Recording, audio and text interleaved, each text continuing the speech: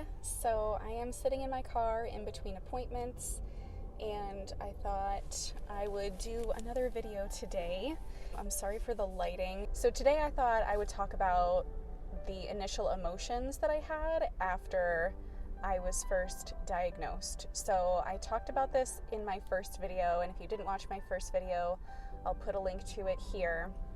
When I just had found out about my diagnosis and I got that call from the radiologist, I saw my husband's reaction and he was absolutely devastated. And so my very first reaction was to hold it down for him and protect him. And I think that was, I don't know, normal somewhat for me to, see the person I love the most and kind of want to go into protection mode. But that lasted quite a long time. That lasted for 4 days. I just became very anxious, and for me, my anxiety manifested in, I wrote down notes here. Surprise, surprise, I wrote down notes. A lack of concentration and being so scatterbrained. I remember trying to make lunch for my girls, and it just was so hard. It was so hard to do. It was like someone was asking me to perform brain surgery. I remember making the girls' lunches and putting away laundry and just super simple things that I am used to doing on a daily basis.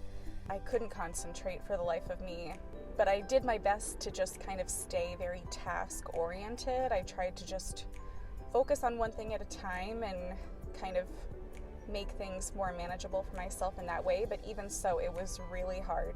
I was just kind of managing as best I could, understandably, but I could not concentrate. I think another thing that happens when I get really anxious is I feel debilitated. I feel like I can't do things, so I end up just kind of sitting. It's almost like my brain goes into overdrive, like I'm having racing thoughts, and then so my body can cope with it, my body kind of shuts down. I can't be as productive as I usually am. I'm just kind of functioning at the least amount as possible, if that makes sense. So that was my main initial reaction, was feeling anxious, being really scatterbrained, lack of concentration, barely functioning. And I also just felt extremely overwhelmed. The radiologist had said he believed I was stage 2, but I didn't know if that was true. I didn't know if I had metastasized. I didn't know what my general prognosis was. I didn't know what my treatment was going to be. So I was scared and very overwhelmed. So the first day that it really hit me was 4 days after I had received the diagnosis. And that was my younger daughter's first birthday. All right, I gotta back up. My older daughter's birthday was the month before. And given that we were in the middle of a pandemic, or we are in the middle of a pandemic, we didn't have a birthday party for her planned. So we thought, let's just decorate the whole house. And so we did. We put streamers everywhere, balloons everywhere. We really decked the house out so that she would feel special and it would feel like a celebration. So the month prior, we had decorated the entire house, top to bottom, for my older daughter Evelyn's birthday. Fast forward to a month later, I got my diagnosis. 4 days after that, it was my younger daughter Miriam's birthday, and I remember the night before her birthday thinking, I have to decorate. And I told Billy, my husband, and he was like, yeah, absolutely. And we put the girls to bed, and I couldn't do it. I couldn't concentrate, and again, I felt debilitated. Physically I couldn't do it, emotionally I couldn't do it, and physically I couldn't do it. And then that made me feel extremely guilty because I did it for my older daughter and I'm not doing it for my younger daughter.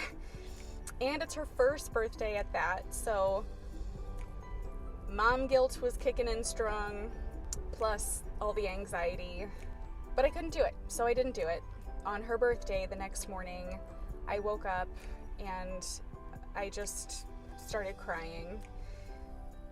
And then I usually get Miriam first out of her crib. And before I even got her out of her crib, I was crying because I felt guilty that I hadn't decorated for her birthday. And I am usually happy on my daughter's birthday, you know. I mean, all of Evelyn's birthdays, I was super happy and excited. And now it was Miriam's birthday, and I was supposed to be happy and excited, but I wasn't. And I think that's what kind of brought it out of me was, okay, this is not normal for me to feel so sad on my daughter's first birthday. And then, okay, this is real. Like, I have cancer. It just really hit me on the morning of her birthday. So I pulled myself together before I got Evelyn out of bed. So the three of us walked out and we went to the kitchen, and the first thing Evelyn said was, "Where are all of Miriam's decorations?" Because, you know, she had tons of decorations for her birthday. And again, mom guilt. So I told her, we'll decorate at Mama's, which is my mother-in-law's house, and we had plans to go to my mother-in-law's house. So we packed all of our stuff up, we went to my mother-in-law's house, and I just told Billy, I just need to be by myself for a minute, I need to go outside. So I grabbed a chair outside and sat in my mother-in-law's backyard in the sun and just cried. Yeah, there was something about it being my daughter's birthday. I couldn't, even if I tried, I couldn't keep in my emotions. So that day I was really sad, really upset, kind of realizing that, you know, life is about to change, not for the good. And yeah, so that was the first day that it really hit me, which was 4 days after my diagnosis. So we started telling people in our immediate circle about my diagnosis the day of. I can imagine people not wanting to talk about it until they get more information, or I don't know, just until later. Everyone, I'm sure, responds differently, and you know, some people may prefer to tell the people in their life sooner rather than later. But we decided to tell people really soon. Sort of a backstory as to why is because I have had 3 miscarriages, and with the first miscarriage we didn't tell anyone, and then the second miscarriage we told more people, and then the third miscarriage we told, it didn't matter who you were. Not like stopping people on the street, but we told everyone. And we really felt like the more open we were about those difficult experiences, the more support we had. So when this happened, we just told people. And then just a few days after the diagnosis, my husband posted on Facebook. Telling people was helpful in terms of getting more emotional support. And then also, it does have its downsides at the same time. I wouldn't have changed how we did it. The good is that you have so many people sending us messages and calling and just letting us know that they're here for us, and it was really, really nice. The difficult part of it, on the other hand, was it was kind of emotionally exhausting going through the story with a lot of people, having questions asked that we didn't know the answers to. So that can also be, and was, kind of emotionally exhausting, just because we didn't know a lot at that point in time. There was still a lot to find out, but at the same time, I wouldn't change it.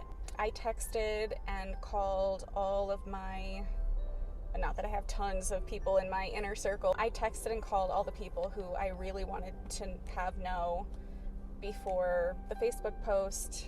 And yeah, I wouldn't change how we did that. So the other reason why it was kind of emotionally exhausting was because, at least at first, I was being really careful about how I worded things to kind of protect my family or friends. So that was exhausting too, trying to kind of meticulously cater the story that I'm going to tell to each individual person based on what I know about them and what I feel like they can handle emotionally and things like that, if that makes sense. So that was really hard. But it was funny because as time went on, I cared less and less about that. Like, I remember I have a cousin who is more like my sister. We always say cousin doesn't do it justice. We're more like sisters. And I think it was a Friday. And I wanted to call her, but I thought, oh no, she's in the middle of working. I don't want to call her in the middle of a work day. So I told Billy, and I told him I'll call her tonight at, 5:30 or 6 or something. And then like an hour later, Billy said, just call her. Like, this is a big deal, just call her. And so I just called her. That's just kind of an example of all the little things I was trying to think of in terms of helping to kind of protect the people that I love, and how, like the timing and the way that I'm saying things and things like that. But then as time went on, I cared less and less about that, and I just ripped it off like a Band-Aid. Actually, if I were to go back in time, I would probably not be as meticulous and careful about how I worded things. I probably would just say it and let people, respond however way they're going to respond. So yeah, telling people was kind of like a full-time job for a while. So many text messages, so many calls. And I don't mean to complain about that, because I feel like I'm lucky to be in a position where people are wanting to call me or text me and tell me that, they love me and that they're here for me. It really was amazing to see how much support we had.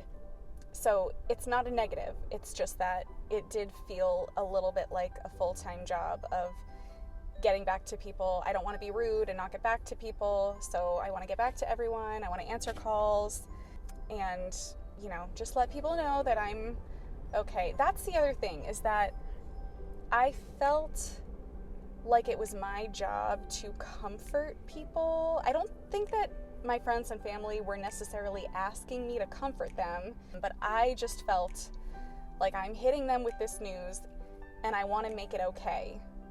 But I also didn't know how to make it okay because I don't know a lot about the situation yet. So it was just hard. Now at this point, I'm almost a month in after I've received my initial call of the diagnosis, and now I'm still feeling anxious, but I have much more information, and I know what my treatment plan is going to be. So even though it's scary, I do feel somewhat of a sense of relief, but still anxiety is there. So yeah, that's kind of where I'm at right now, but I have another appointment coming up, so I will talk to you later. Bye.